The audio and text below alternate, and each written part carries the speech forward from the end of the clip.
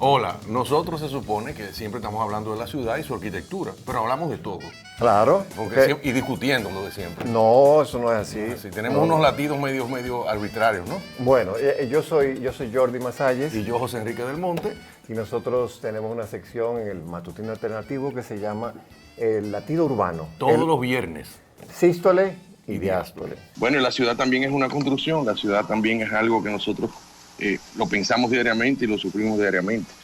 Y en los últimos días, Jordi y yo hemos notado que ha vuelto a ocupar los titulares de las noticias la cantidad de fenómenos de violencia que acarrea nuestras ciudades, en particular en el Distrito Nacional o el Gran Santo Domingo. Es un fenómeno que ha estado latente siempre en los últimos años y de un momento a otro se exacerba. Comienzan a salir ya eventos que comienzan a comentar y viene de nuevo la revisión, el pánico colectivo y todas esas cosas. Y uno siempre tiene la esperanza de que eso merme y que de alguna manera las autoridades tengan alguna solución puntual para ir reduciendo esas agresiones.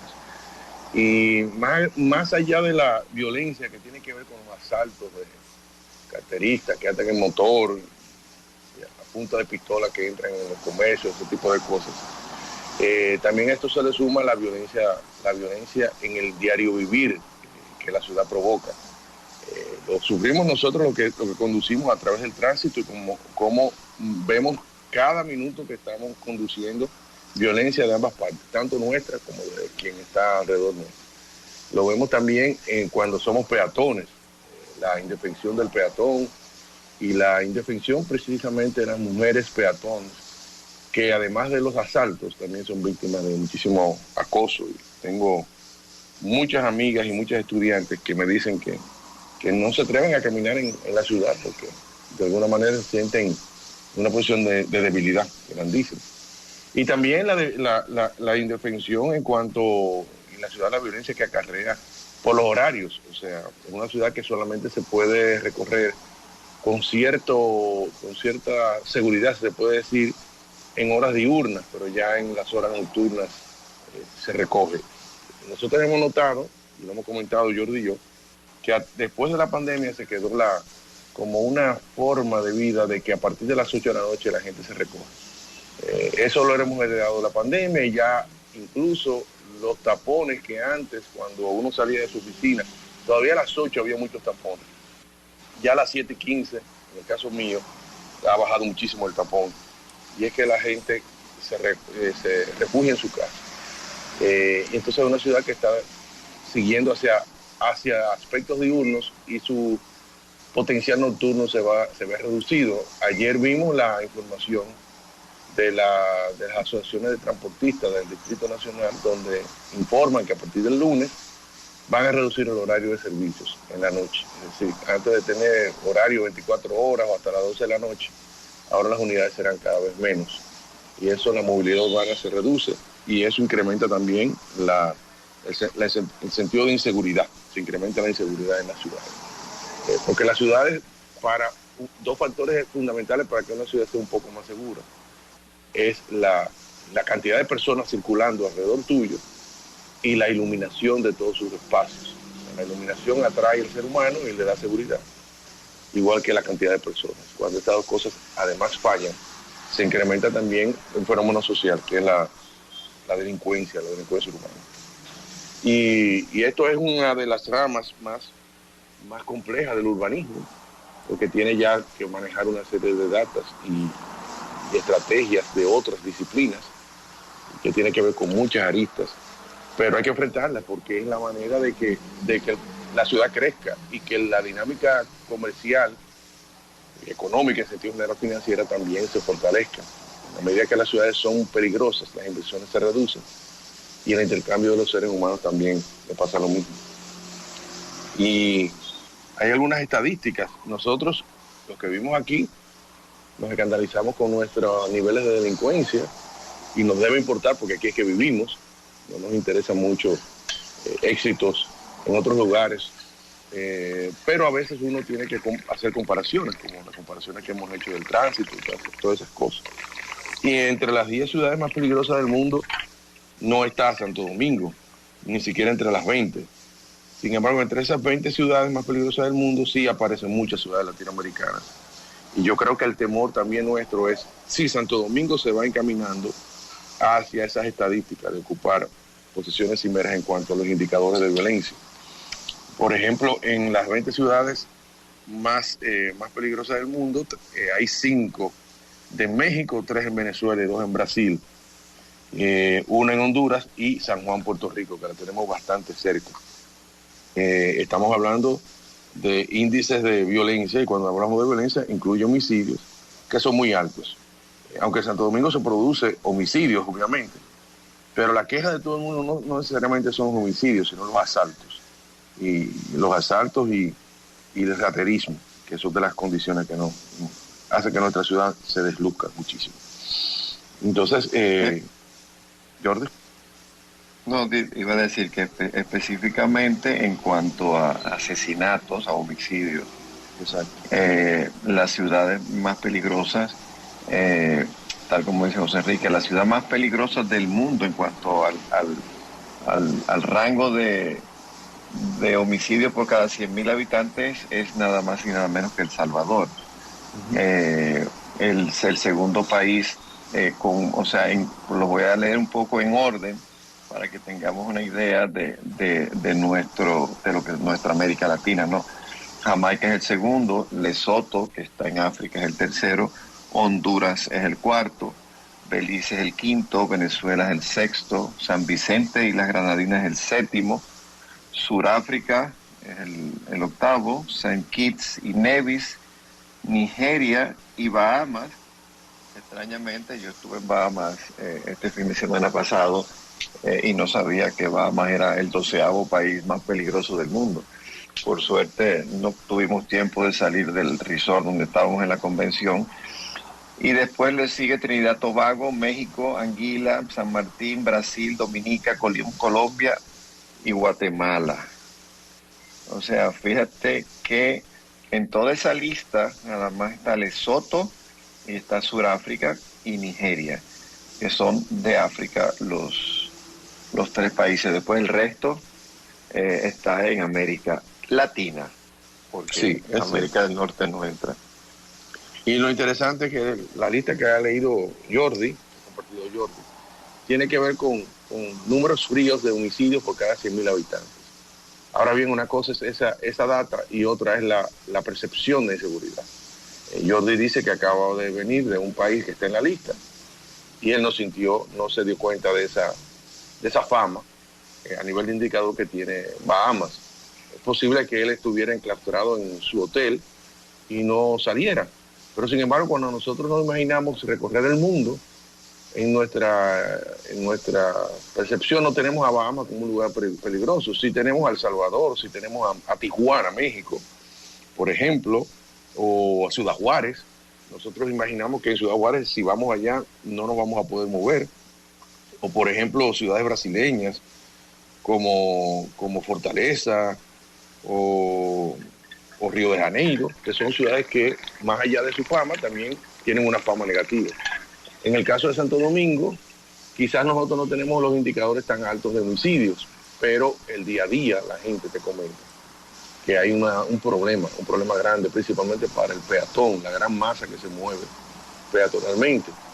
Entonces, esos son elementos que uno quisiera que fueran reduciéndose, y la sorpresa para nosotros a nivel de la política de los gobiernos nuestros es que es una situación que se va incrementando con los años y que nosotros no vemos soluciones. Hay muchos planes, lo hemos compartido en el matutino. Doña Carmen siempre ha hablado de todo lo que es las comisiones y todo el proyecto. Hay muchas ideas de consultores extranjeros, consultores locales, pero en la práctica se va aumentando esa brecha hacia la seguridad. Y eso es algo sumamente peligroso. Entonces las autoridades piden paciencia, pero la paciencia es desde tu rincón de seguridad. Pero cuando estás siendo vulnerizado en algún punto, tú no estás pensando en la paciencia, estás pensando en tu protección. Y eso es un fenómeno. Y además hay que entender que es una sociedad que no está bancarizada. La mayoría del dominicano anda con lo que tiene con lo que puede, arriba, en efectivo, y muchachas trabajadoras, muchachas del servicio, toda la gran masa trabajadora dominicana anda con efectivo. Solamente algunas andan con la tarjetita de retiro y paradójicamente la usan para sacar todo lo que le depositan en la quincena y andan en el efectivo. Entonces eso incrementa también la apetencia de los delincuentes, porque también si fuera todo bancarizado, a mí por ejemplo me paran en la calle y me asaltan y me van a llevar 100 pesos, 200 pesos, porque ya yo casi me acostumbré a no usar efectivo, pero eso es el caso mío. Pero la gran mayoría de los dominicanos andan con efectivo, entonces ahí hay toda una situación de inseguridad muy, muy puntual. Bueno, hay varias alternativas para enfrentar el problema desde un punto de vista un poco más de planificación, y hay ciudades que están en la lista de las más seguras de América Latina. O sea, tenemos ejemplos. Por ejemplo, Copacabana ocupa en primer lugar y es una de las ciudades más seguras que tenemos en la región, en un país como Brasil que también tiene ciudades altamente peligrosas. Y ahí tiene que ver una política localista, una política de planificación municipal y estatal, o sea, en el estado donde está Copacabana, que tienen incentivos y una serie de planteamientos. Otras brasileñas, Florianápolis, en Chile, Santiago se considera una ciudad relativamente segura. Medellín, que en una oportunidad había sido una de las ciudades más peligrosas, por razones obvias, hoy en día es un modelo para reducir mucho los indicadores, y hay una revolución positiva de la ciudad de Medellín, incluso incrementó el turismo precisamente porque ha mejorado muchísimo los indicadores de violencia. Y por supuesto el modelo que a nosotros nos llena de muchísima emoción es Curitiba, que tuvimos la dicha de que un arquitecto en algún momento, un arquitecto urbanista revolucionario con mucha creatividad, ocupara la posición de alcalde por muchos años, y allí se exploraron alternativas.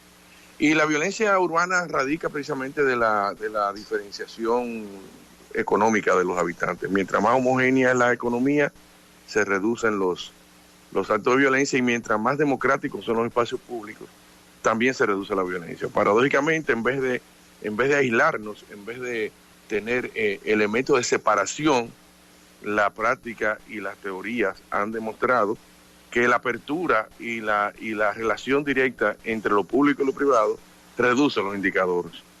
Es decir, nosotros hemos tomado el camino de Johannesburgo, que es una de las ciudades más peligrosas, en que todos nosotros tenemos fortalezas, propiedades privadas fortalezas, y entonces eso hace que el transitar por la vía se haga mucho más solitario y más vulnerable.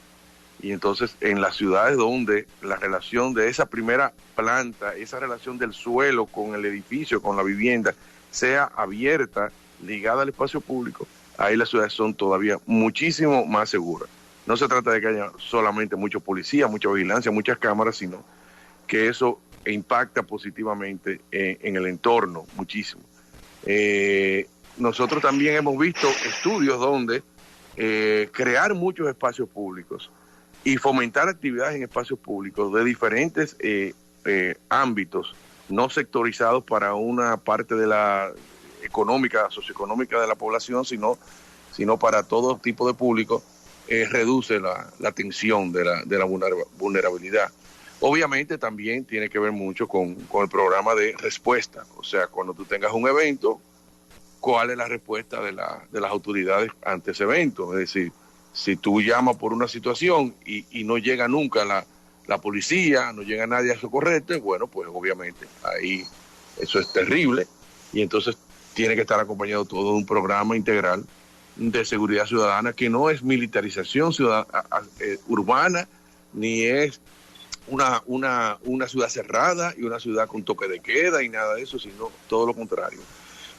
Por ejemplo, para nosotros es fundamental el rescate del centro histórico, y hay inversiones multimillonarias en préstamos para rescatar la ciudad colonial de Santo Domingo, que es un símbolo nuestro.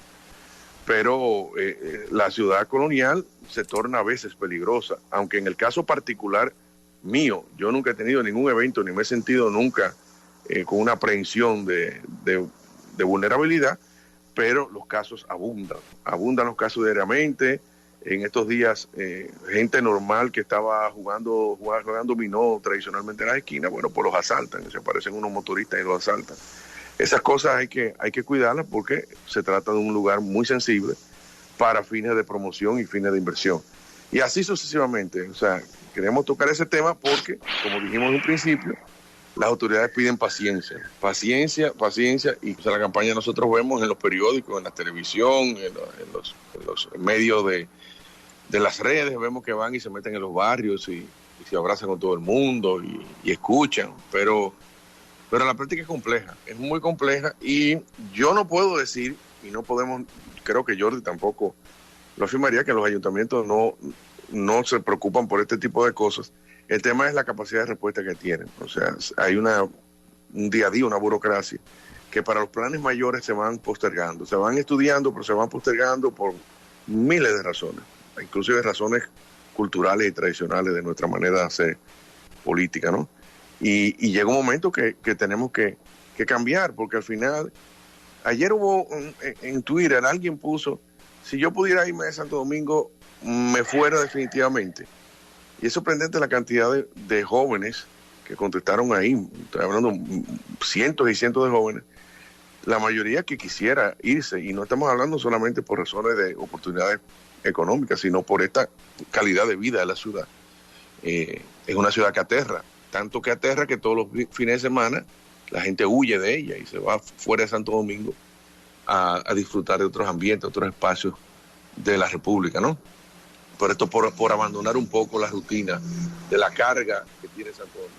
Y yo soy de los que siempre piensa en esperanza y en positivismo, en un futuro mejor, aunque la realidad todos los días trata de boicotearlo.